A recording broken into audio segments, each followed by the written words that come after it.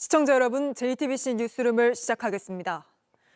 헌법재판소가 윤석열 대통령보다 한덕수 국무총리에 대한 탄핵 심판 선고를 먼저 하기로 했습니다.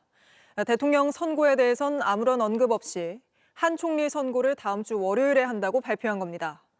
이로써 윤 대통령 선고는 빨라도 다음 주 후반까지는 밀릴 거란 전망이 나오는데 한 총리 선고에서 탄핵 사유를 변경한 부분 등에 대해 헌재가 어떤 판단을 내리는지 보면 윤 대통령 선고 결과도 가늠해 볼 수 있을 거란 분석이 나옵니다. 첫 소식 여도현 기자입니다. 헌법재판소가 오는 24일 오전 10시 한덕수 국무총리 탄핵 심판 선고를 하겠다고 발표했습니다. 지난해 12월 27일 탄핵소추안이 가결되고 87일 만입니다. 한 총리는 비상계엄 선포 국무회의를 방조하고 계엄 직후 당정 공동 국정운영 담화문 발표, 헌법재판관 3명을 임명하지 않은 등의 이유로 지난해 탄핵소추를 당했습니다. 한 총리 탄핵소추 사유는 윤 대통령과도 관계가 깊습니다. 헌재가 비상계엄 선포 전 이뤄진 5분 국무회의를 어떻게 판단할지 가늠할 수 있기 때문입니다. 한 총리는 윤 대통령 탄핵 심판의 증인으로 나와 국무회의에 흠결이 있다고 증언했습니다.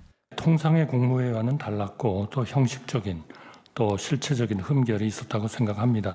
헌재는 이 국무회의가 위법한 국무회의에서 한 총리가 파면당할 정도로 역할을 했는지를 각각 판단해 결정문에 담을 걸로 보입니다. 앞서 헌재는 윤 대통령 탄핵 심판 국면에서 마은혁 헌법재판관 후보자 임명 보류 사건, 감사원장 검사 3명 탄핵 사건 등에서 전원일치 결론을 내렸습니다. 그래서 한 총리 사건 역시 전원일치 결론이 나올 가능성이 큽니다. JTBC 여도현입니다. 이런 가운데 윤석열 대통령이 석방 후 12일 만에 여당 정치인들 입을 빌려 메시지를 냈습니다. 지지자들에게 단식을 멈춰달라는 내용이었는데 이번에도 역시 대통령의 메시지는 지지자만을 향하고 있었습니다. 탄핵 선고를 앞두고 지지층 결집을 노린 거 아니냐는 해석이 나옵니다. 김필중 기자입니다. 길 만들어주세요. 뒤로 물러나주세요. 뒤로. 129 구급대원이 들어누운 남성을 들것에 실어 나릅니다. 헌법재판소 앞 천막에서 대통령 탄핵에 반대하며 단식을 하던 시민 중 한 명입니다. 오늘 윤석열 대통령은 이들에게 메시지를 전했습니다. 대통령실을 통해서 그분들 건강이 더 중요하니 좀 단식을 철회 좀 해달라. 그 메시지를 본인들한테 전달하고 대통령께서 정확하게 이걸 전달하고 싶다고 그러죠. 윤 대통령은 지난 8일 석방될 때도 단식하는 지지자들을 향해 건강 상하지 않을까 걱정, 뜻을 충분히 알렸으니 멈췄으면 좋겠다는 메시지를 냈습니다. 그리고 10여일 만에 다시 국민의힘 의원들을 통해 걱정을 전한 겁니다. 탄핵을 요구하며 단식을 하고 병원에 실려가는 사람들도 있지만 윤 대통령은 이들에 대한 입장을 따로 내놓지 않았습니다. 대통령의 메시지는 지난 7일 헌재와 야당을 비판하는 의미로 분신해 어제 숨진 권모 씨 유족에게도 전달됐습니다. 강희구 대통령실 부속실장과 일부 수석비서관이 오늘 오전 빈소를 찾았습니다. 이들은 대통령께서 비보를 접하시고 정말 가슴 아파하셨다며 아버님께서 남기신 유서도 몇 번이나 읽어보셨다고 전했습니다. 이어 아버님 뜻을 잘 받들겠다는 말씀도 전해달라고 하셨다고 덧붙였습니다. 이처럼 자신을 지지하는 사람들에게만 선택적으로 메시지를 전하는 대통령의 행동이 국론 분열과 갈등을 키운다는 지적이 나옵니다. JTBC 김필준입니다. 지금부터는 저희 JTBC의 단독 보도로 이어가겠습니다. 윤석열 대통령에 대한 체포영장 집행을 저지한 김성훈 경호처 차장의 구속영장 내용을 저희 취재진이 확인했습니다. 피의자로 가장 먼저 윤석열 대통령의 이름이 올랐고 주요 공범이라는 표현도 담겼습니다. 특히 김 차장이 윤 대통령으로부터 체포영장을 저지하란 취지의 지시를 받은 게 확인됐다고도 적시됐습니다. 먼저 박현주 기자의 단독 보도입니다. 지난 1월 윤석열 대통령이 관저 밖으로 나와 직접 경호 상황을 확인하는 모습입니다. 당시 윤 대통령은 공수처의 체포 영장 집행을 거부하고 있었습니다. 취재 결과 경찰은 특수공무집행 방해와 직권남용 혐의를 받는 김성훈 경호처 차장의 구속영장에 윤 대통령을 주요 피의자로 적은 것으로 확인됐습니다. 첫머리에 나열한 피의자 중에 윤 대통령의 이름을 가장 먼저 썼고 김 차장과 이광호 경호본부장, 박종준 전 경호처장, 이진하 경비안전본부장 등의 순서로 적었습니다. 특히 김 차장이 피의자 윤 대통령으로부터 공수처의 체포 영장 집행을 저지하라는 취지의 지시를 받은 사실이 확인됐다고도 적시했습니다. 경찰은 김 차장의 구속이 필요한 이유를 설명하면서 또다시 윤 대통령을 언급했습니다. 주요 공범자인 피의자 윤 대통령의 혐의와 관련된 사항을 함구하면서 범행 직접 지시자의 존재 자체를 숨기려는 꼬리 자르기 시도를 하고 있다는 겁니다. 윤 대통령은 지난 1월 15일 체포되면서 유혈 사태를 막기 위한 것이라며 출석이란 표현을 썼습니다.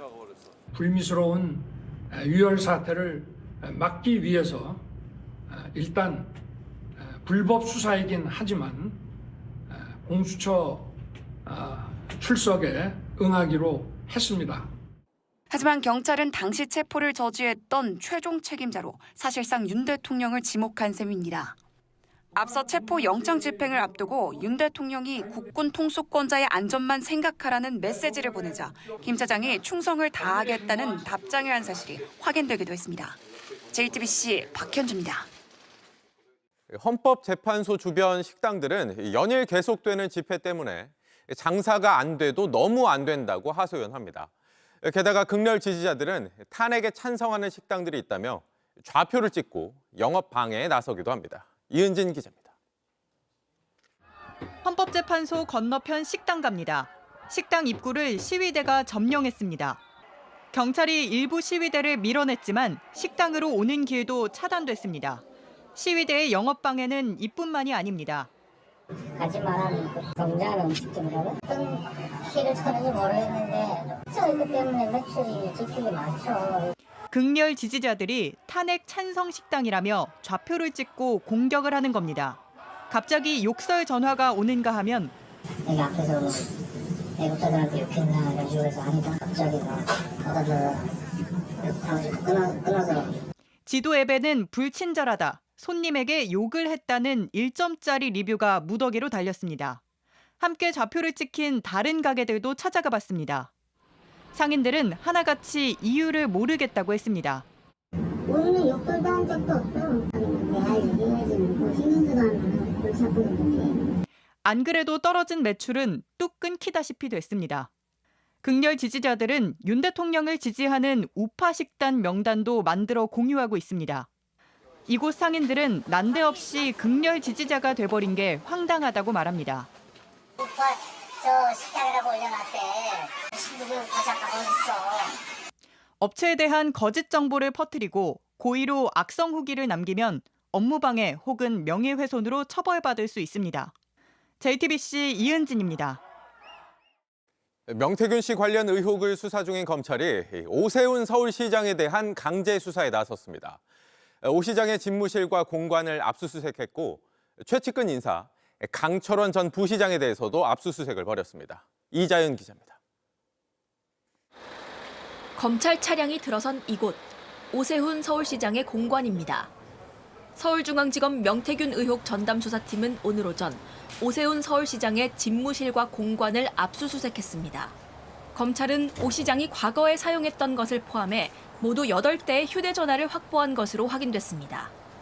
검찰은 지난 2021년 서울시장 보궐선거 당시 명 씨가 실질적으로 운영한 미래한국연구소가 오 시장과 관련한 비공표 여론조사를 13차례 실시하고 오 시장의 오랜 후원자로 알려진 김한정 씨가 여론조사 비용 3,300만 원을 대신 내줬다는 의혹을 수사하고 있습니다.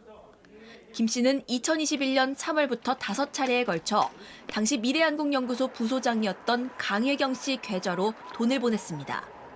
강 씨는 명 씨의 지시로 오 시장에게 유리한 여론조사 설문지를 짰다고 주장했습니다. 약간의 그 조작이 없다고는 지금 정확하게 말씀을 못 드리겠어요. 오세훈도 본인이 만들었고.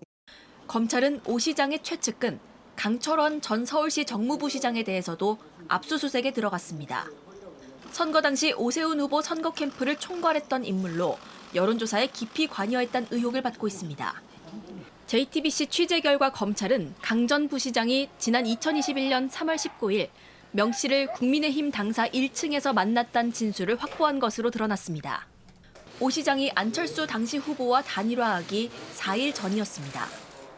그간 강 전 부시장은 초반에 여론조사 관련 통화와 문자를 하고 질문지 관련 얘기도 했을 것이라면서도 비용 대납 등의 의혹은 모두 부인해왔습니다. 오 시장 측은 여론조사를 의뢰한 적도 결과를 받아본 적도 없다는 입장입니다. 기다리던 바였습니다. 휴대폰을 하나도 버리지 않고 다 갖고 있던 것을 오늘 전부 다 검찰에 제출을 했습니다. 조속한 시일 내에 저도 조사받기를 기다리고 있습니다. 검찰은 확보한 증거물 분석을 마치는 대로 오 시장을 불러 조사할 것으로 보입니다. JTBC 이자연입니다. JTBC 뉴스를 시청해 주셔서 고맙습니다. 저희는 저녁 6시 30분 뉴스룸에서 뵙겠습니다.